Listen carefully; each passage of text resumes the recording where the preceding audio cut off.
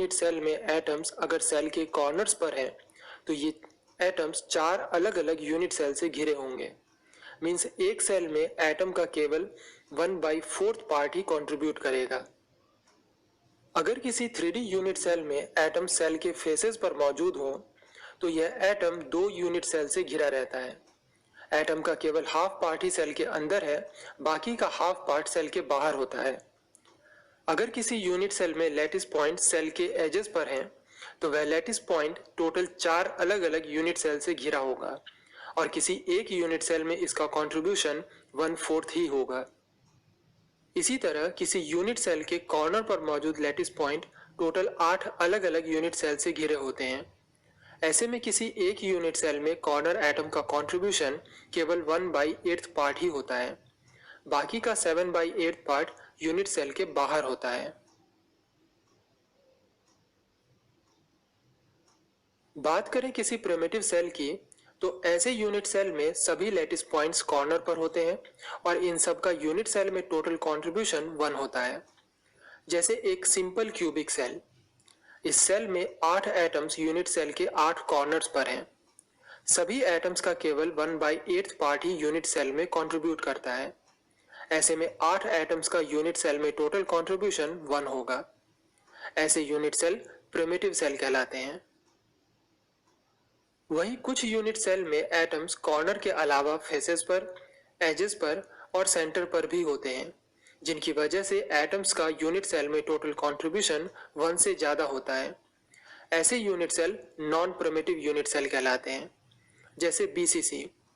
BCC unit cell में 8 atoms cell के सभी 8 कॉर्नर्स पर और एक एटम सेल के सेंटर में होता है। इस सेल में एटम्स का टोटल कंट्रीब्यूशन 2 है। इसी तरह एफसीसी में 8 एटम सेल के सभी 8 कॉर्नर्स पर और 6 एटम सेल के सभी 6 फेसेस पर मौजूद हैं। तो एफसीसी में एटम्स का टोटल कंट्रीब्यूशन 4 होता है। ये दोनों ही cell non primitive unit cell हैं।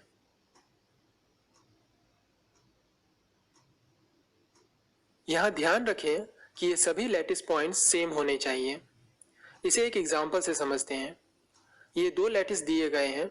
फर्स्ट लैटिस एक मोनो एटॉमिक लैटिस है जिसमें एक सेल ड्रॉ किया गया है, जबकि सेकेंड लैटिस एक डायटॉमिक लैटिस है, इसमें भी एक सेल ड्रॉ किया गया है।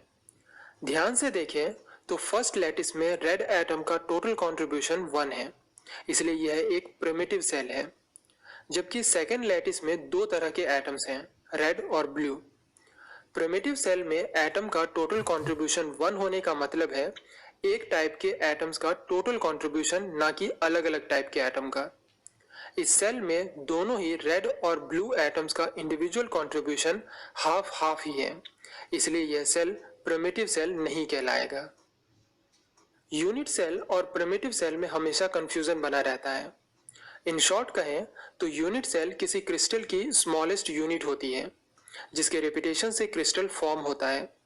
लेकिन यह क्रिस्टल मिनिमम वॉल्यूम का सेल हो भी सकता है और नहीं भी।